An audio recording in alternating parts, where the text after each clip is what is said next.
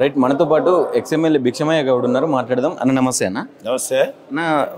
ఈరోజు సర్దార్ సర్వాయి పాపన్న గౌడ్ అంటే బహుజన బంధుక్ అని చెప్తా ఉంటారు.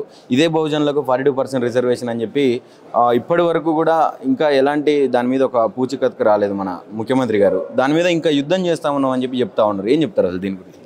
యాక్చువల్గా ఏంటంటే రేవంత్ రెడ్డి చేసేటువంటి యుద్ధం కాదు, మోసం. బలహీన వర్గాలను మోసం చేసి ఆ రాజు కామారెడ్డి డిక్లరేషన్ ఇచ్చినప్పుడు మేము చట్టబద్ధత కల్పిస్తామని చెప్పి ఇచ్చినటువంటి మాట ఇవాళ అనేక రకాలుగా అంటే ఎటు తిప్పుతా ఉన్నారంటే భూమి గుండ్రంగా ఉందని చెప్పి ఆర్డినెన్స్ అంటున్నారు, జీవో అంటున్నారు, అసెంబ్లీ తీర్మానం అంటారు. ఇవన్నీ గతంలో చేసినాయి. అవన్నీ చేసినటువంటి ఇది 9th షెడ్యూల్లో చేరిస్తే ఇది అవుతుందని చెప్పి ఆయనకు కూడా తెలుసు, ప్రతి ఒక్కరికి తెలుసు. అయినా బీసీ ఓట్లు గంపగుత్తగా ఓట్లు వేయించుకోవడానికి అది చేసినటువంటి ప్రయత్నం అని మనకు అవపడతా ఉంది. ఎందుకంటే సర్వే చేసినటువంటి కుల సర్వే చేసినని చెప్పినటువంటి దాంట్లో అన్ని అసంబద్ధతగా సర్వే చేశారు, అనేక రకాలుగా మోసం చేయడానికి ప్రయత్నం చేశారు. మళ్ళీ ఇవాళ నిజంగా బీసీలను మళ్ళొక్కసారి మోసం చేయాలని చెప్పి అంటే 42% నేను పార్టీ డిక్లరేషన్తో ఇస్తా అంటాడు.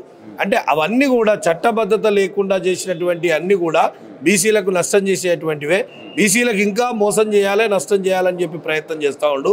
దాదాపు గత 2 సంవత్సరాల నుండి సర్దార్ సర్వాయి పాపన్నకు విగ్రహానికి అంటే ట్యాంక్ బండ్ మీద మేము ఏర్పాటు చేసినటువంటిది జీవో ఇచ్చినాం. తర్వాత ఎలక్షన్ కోడ్ వచ్చింది కాబట్టి అది పూర్తి కాలేదు. అయినప్పటికీ 2 సంవత్సరాల నుండి బీఆర్ఎస్ పార్టీ నుంచి ఉన్నటువంటి అనేక ప్రజాప్రతినిధులు వెంబడి పడతా ఉంటే ఇవాళ ఎందుకంటే టక్కున గుర్తొచ్చి ఇవాళ మరి శంకుస్థాపన చేసిండు. అంటే ఇప్పుడు అది ఆ జీవో బీఆర్ఎస్ ప్రపోజ్ చేసింది. అవును, బీఆర్ఎస్ చేసినటువంటి జీవే. దాని తర్వాత 2 సంవత్సరాల నుండి అది కేటాయించుడు కూడా మేమేమో మెయిన్ ట్యాంక్ బండి మీద కేటాయిస్తే మళ్ళీ వెనుక భాగాన కేటాయించుడు. ఇప్పుడు ఆ వెనుక భాగాన కేటాయించి ఆ రోజు చాలా ఆలోచన విధానం ఉండే. పాపన్న చరిత్రను పాఠ్యాంశంగా చేర్చి అక్కడ వాళ్ళ బుక్స్ అన్ని ఏర్పాటు ఒక లైబ్రరీ ఏర్పాటు చేయాలని పాపన్న భవన్ కట్టాలని చెప్పి ఒక ఆలోచన ఉండే. కానీ ఇవాళ అది కడతాడా లేకుంటే ఏం చేస్తాడా తెలియదు. కానీ ఇప్పుడు నాకైతే అనిపిస్తూ ఉంది ఏంటంటే ఇప్పుడు మళ్ళా స్థానిక సంస్థల ఎన్నికలు వచ్చినాయి. బలహీన వర్గాల్లో బలమైనటువంటి కులం ఇది కాబట్టి వీళ్ళని గంపగుత్తగా మళ్ళా మోసం చేయడానికే వేసిందా అని చెప్పి నేను అనిపిస్తూ ఉంది. అందుకనే నేను ఏమంటున్నా అంటే రేవంత్ రెడ్డిని 42% రిజర్వేషన్ చట్టబద్ధత కల్పించిన తర్వాతనే ఎన్నికల్లో పెట్టు చిత్తశుద్ధి ఉంటే ఇంకా బీసీలను మోసం చేయొద్దు.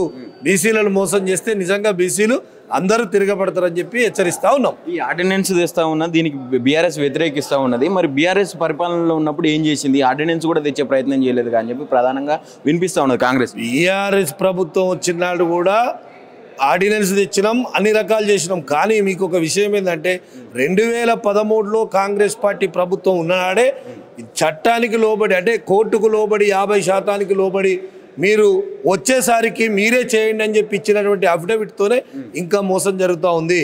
అంటే బీసీలను మోసం చేసింది కాంగ్రెస్ పార్టీ. ఇప్పుడు ఫైనల్గా ఏం చెప్తారన్నా? ఇప్పుడు ఢిల్లీలో కూడా యుద్ధం చేస్తూ ఉన్నాం, ధర్నా చేస్తూ ఉన్నాం అంటున్నారు. ఒక పక్క కాంగ్రెస్ నుంచి ఢిల్లీలో ధర్నా చేస్తూ ఉంటే అధిష్టానం అక్కడ ఆ ధర్నాలో పాల్గొనకపోవడం కావచ్చు, ఇదంతా ఎట్లా చూడొచ్చు? ఇప్పుడు అదంతా కూడా నీకు అవపడతా ఉంది కదా.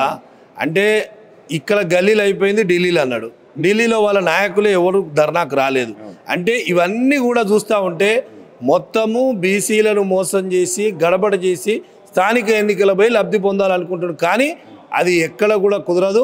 ఖచ్చితంగా 42% రిజర్వేషన్ చట్టబద్ధంగా కల్పించాల్సిందే. Thank you.